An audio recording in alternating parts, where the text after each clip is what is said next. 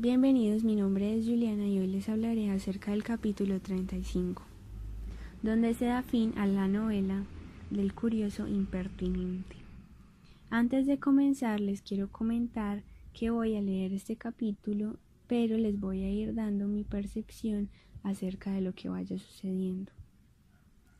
Poco más quedaba por leer de la novela cuando del camarachón donde reposaba Don Quijote salió Sancho Panza todo alborotado diciendo a voces: «Acudid, señores, prestos y socorred a mi señor que anda envuelto en la más reñida y trabada batalla que mis ojos han visto. Vive Dios que ha dado una cuchillada al gigante enemigo de la señora princesa Micomicona, que le ha tajado en la cabeza cercén a cercén, como si fuera la de un nabo». «¿Qué dices, hermano?», dijo el cura dejando de leer lo que de la novela quedaba. «¿Estáis en vos, Sancho? ¿Cómo diablos puede ser eso que decís, estando el gigante 2000 leguas de aquí?» En eso oyeron un gran ruido en el aposento y que Don Quijote decía a voces: «Tente, ladrón, malandrín, follón, que aquí te tengo y no te ha de valer tu cimitarra». Y parecía que daba grandes cuchilladas por las paredes. Y dijo Sancho: «No tienen que pararse a escuchar, sino que entren a despartir la pelea, o a ayudar a mi amo, aunque ya no será menester, porque sin duda alguna el gigante está ya muerto, y dando cuenta a Dios de su pasada y mala vida.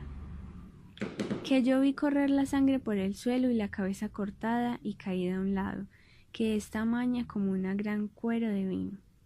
Que me maten», dijo a esta sazón el ventero, «si Don Quijote o Don Diablo no han dado alguna cuchillada en alguno de los cueros de vino tinto que a su cabecera estaban llenos. Y el vino derramado debe de ser lo que le parece sangre a este buen hombre». «Que me maten», dijo a esta sazón el ventero. Y con esto entró en el aposento y todos tras él hallaron a Don Quijote en el más extraño traje del mundo. Estaba en camisa, la cual no era tan cumplida, que por delante le acabase de cubrir los muslos y por detrás tenía 6 dedos menos. Las piernas eran muy largas y flacas, llenas de vello y no nada limpias. Tenía en la cabeza un bonetillo colorado del asiento que era del ventero. En el brazo izquierdo tenía revuelta la manta de la cama con quien tenía ojeriza Sancho, y él se sabía bien el porqué, y en la derecha desenvainada la espada, con la cual daba cuchilladas a todas partes, diciendo palabras como si verdaderamente estuviera peleando con algún gigante. Y es lo bueno que no tenía los ojos abiertos, porque estaba durmiendo y soñando que estaba en una batalla con el gigante, que fue tan intensa la imaginación de la aventura que iba a fenecer, que le hizo soñar que ya había llegado al reino de Micomicón, y que ya estaba en la pelea con su enemigo, y había dado tantas cuchilladas en los cueros, creyendo que las daba en el gigante, que todo el aposento estaba lleno de vino. Ay, sinceramente esto es como lo mejor de la historia. O sea, no este episodio, sino que pienso que lo mejor de la historia es la locura del Quijote, porque eso hace que le sucedan unas cosas como estas, que volvió nada la venta, destruyó todos los cueros de vino tinto y pues como ya se imaginarán, él no se iba a ser responsable de eso. Lo cual, visto por el ventero, tomó tanto enojo que arremetió con Don Quijote y a puño cerrado le comenzó a dar tantos golpes que si Cardenio y el cura no se le quitaran, él acabaría la guerra del gigante, y con todo aquello no despertaba el pobre caballero, hasta que el barbero trujo un gran caldero de agua fría del pozo y se lo echó por todo el cuerpo de golpe, con lo cual despertó Don Quijote, mas no con tanto cuerdo que echase de ver de la manera en la que estaba. Dorotea, que vio cuán corta y sutilmente estaba vestido, no quiso entrar a ver la batalla de su ayudador y de su contrario. Andaba Sancho buscando la cabeza del gigante por todo el suelo, y como no la hallaba, dijo: ya yo sé que lo de esta casa es encantamiento, que la otra vez en este mismo lugar donde ahora me hallo, me dieron muchos mojicones y porrazos, sin saber quién me los daba, y nunca pude ver a nadie, y ahora no aparece por aquí esta cabeza que vi cortar con mis mismísimos ojos. Y la sangre corría por el cuerpo como de una fuente. ¿Qué sangre ni qué fuente dices, enemigo de Dios y de sus santos?, dijo el ventero. ¿No ves, ladrón, que es la sangre? Y la fuente no es otra cosa que estos cueros que aquí están honrados, y el vino tinto que nada en este aposento, que nadando vea yo el alma en los infiernos de quien los horadó. No sé nada, respondió Sancho. Solo sé que vendré a ser tan desdichado que por hallar esta cabeza se me ha de deshacer mi condado como la sal en el agua. Y estaba peor Sancho despierto que su amo durmiendo. Tal le tenían las promesas que su amo le había hecho. El ventero se desesperaba de ver la flema del escudero y el maleficio del señor, y juraba que no había de ser como la vez pasada, que se le fueron sin pagar y que ahora no le habían de valer los privilegios de su caballería. O sea, sí, ya al Quijote ya no iba a tener esas excusas o esos privilegios con los que se le trató antes, de que por ser caballero ya no tenía que pagar ni nada. Tenían el cura de las manos a Don Quijote, el cual, creyendo que ya había acabado la aventura y que se hallaba delante de la princesa Micomicona,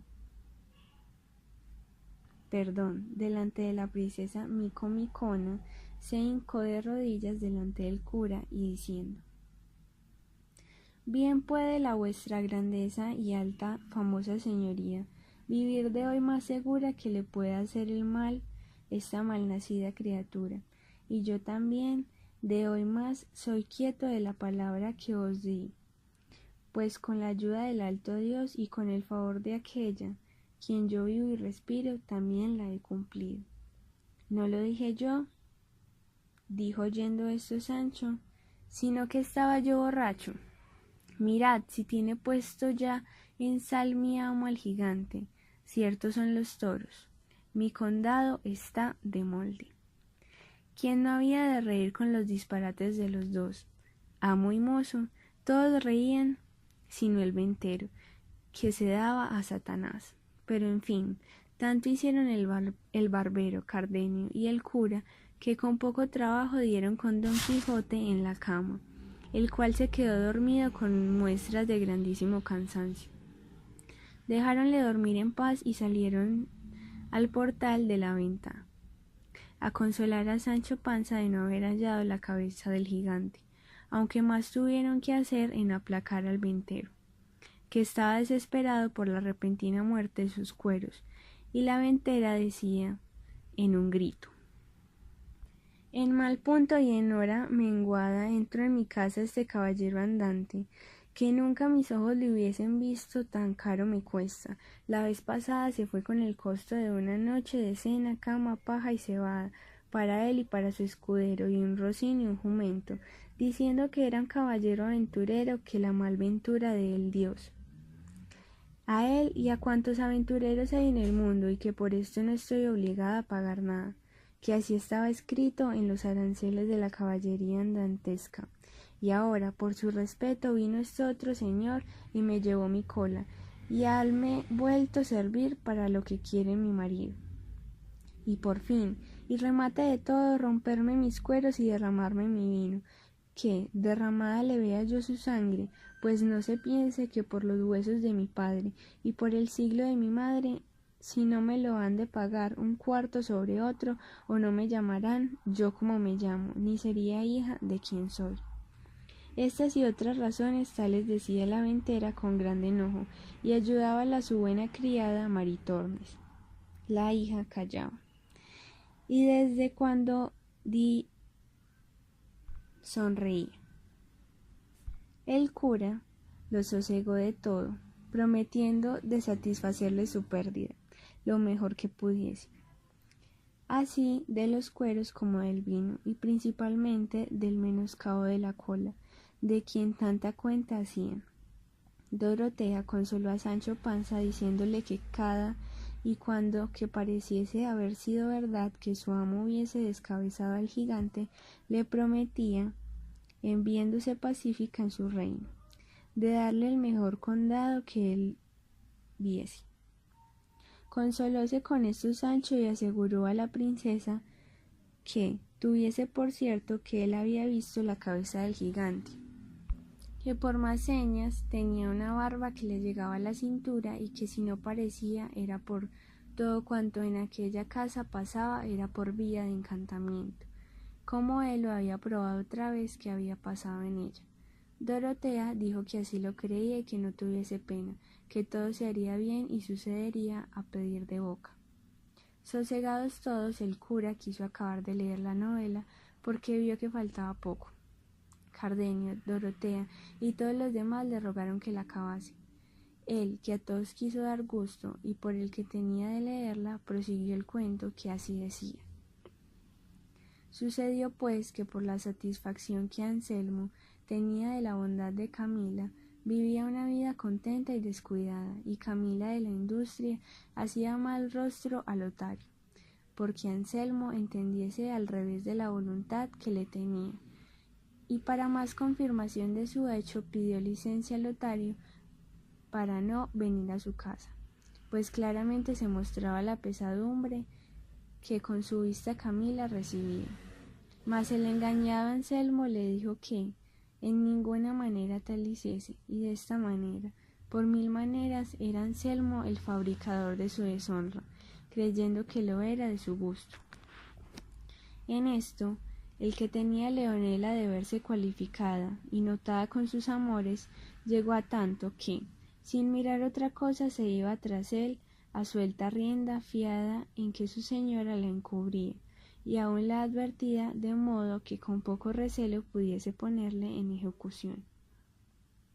En fin, una noche sintió Anselmo pasos en el aposento de Leonela, y queriendo entrar a ver quién los daba, sintió que le detenían la puerta, cosa que le puso más voluntad de abrirla, y tanta fuerza hizo que la abrió, y entró dentro a tiempo que vio que un hombre saltaba por la ventana a la calle, y acudiendo con presteza a alcanzarle o conocerle, no pudo conseguir ni lo uno ni lo otro, porque Leonela se abrazó con él diciendo: Sosiégate, señor mío, y no te alborotes, ni sigas a aquel que de aquí saltó, es cosa mía, y tanto que es mi esposo.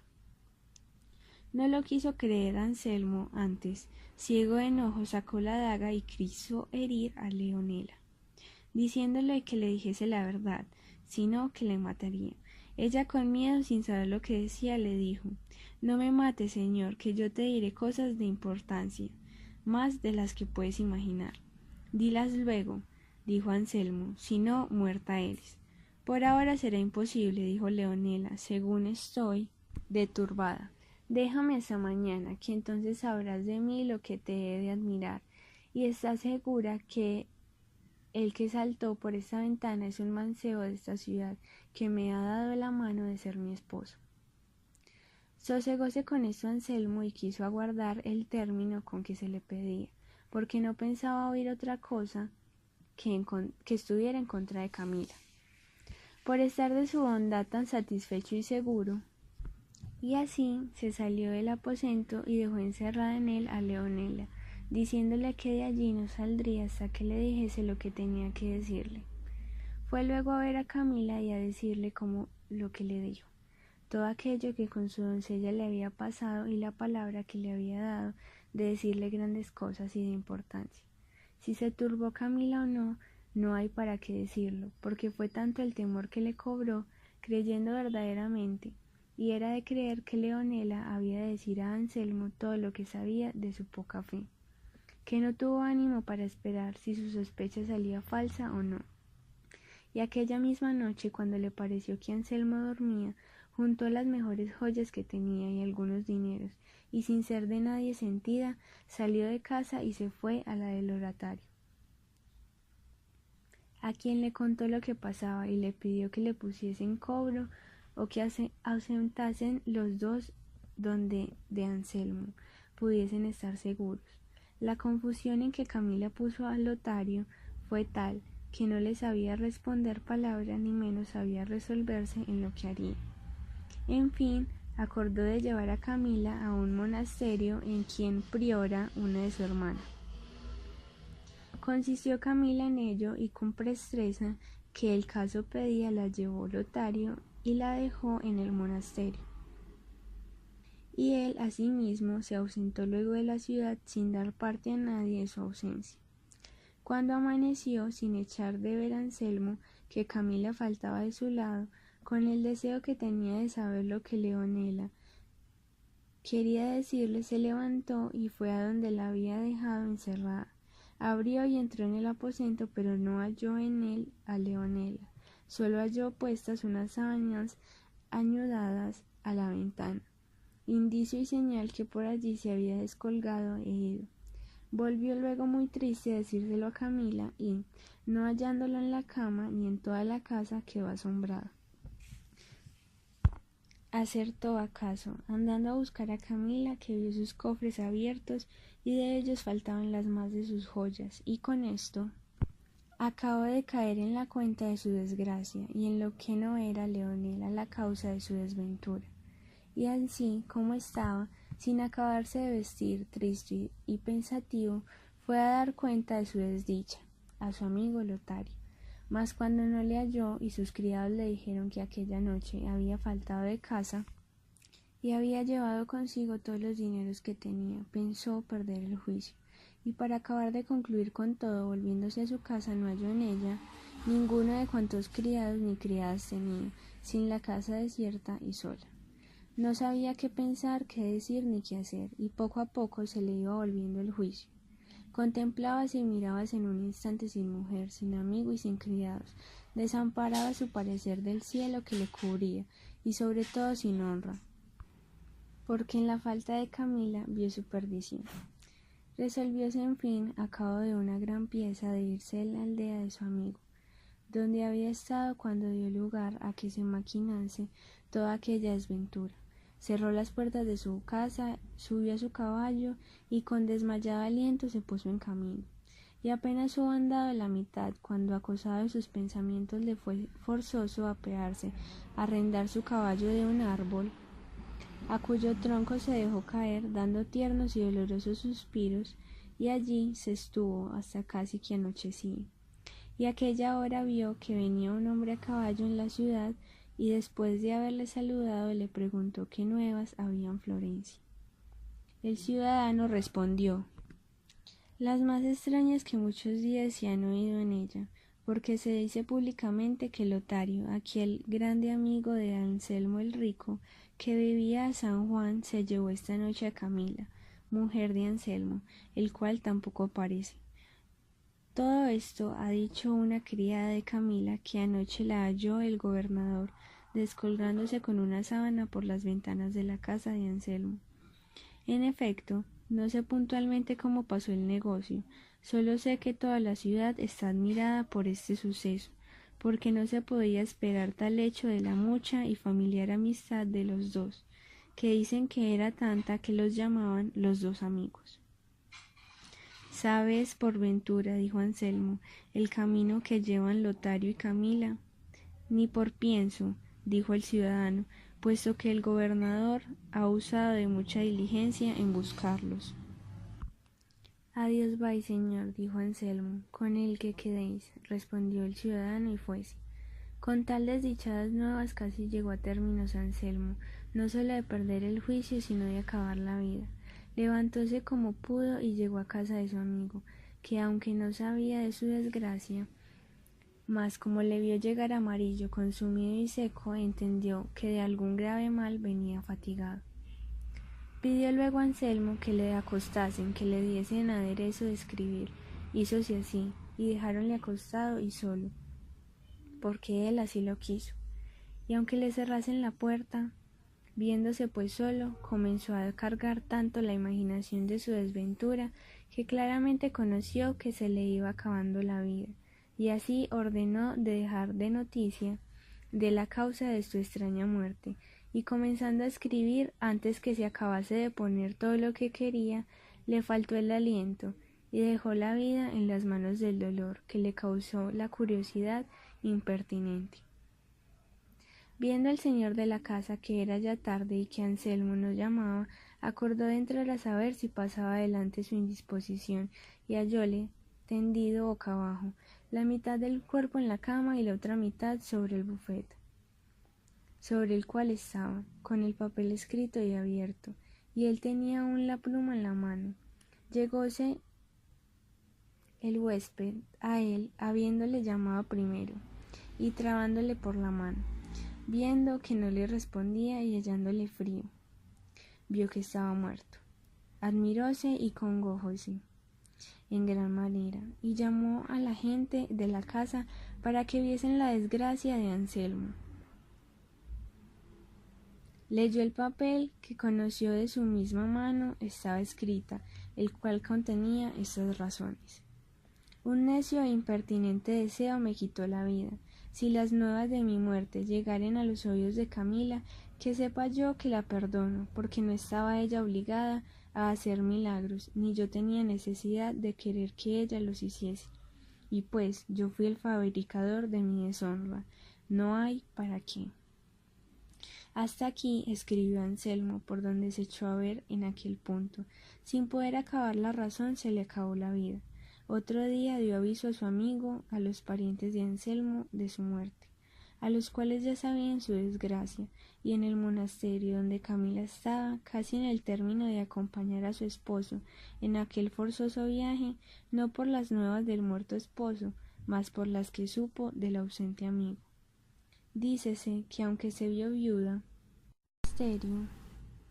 ni menos hacer profesión de monja, hasta que no hallía muchos días le vinieron nuevas de que Lotario había muerto en una batalla que en aquel tiempo dio Monsieur de Lautrec, el gran capitán Gonzalo Fernández de Córdoba en el reino de Nápoles, donde había ido a parar el tarde arrepentido amigo, lo cual, sabido por Camila, hizo profesión y acabó en breves días la vida, a las rigurosas manos de las tristezas y melancolías.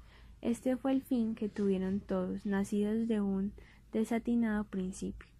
Bien, dijo el cura, me parece esta novela, pero no puedo persuadir que esto sea verdad, y si es fingido, fingió mal el autor, porque no se puede imaginar que haya marido tan necio, que quiera hacer costosa experiencia como Anselmo.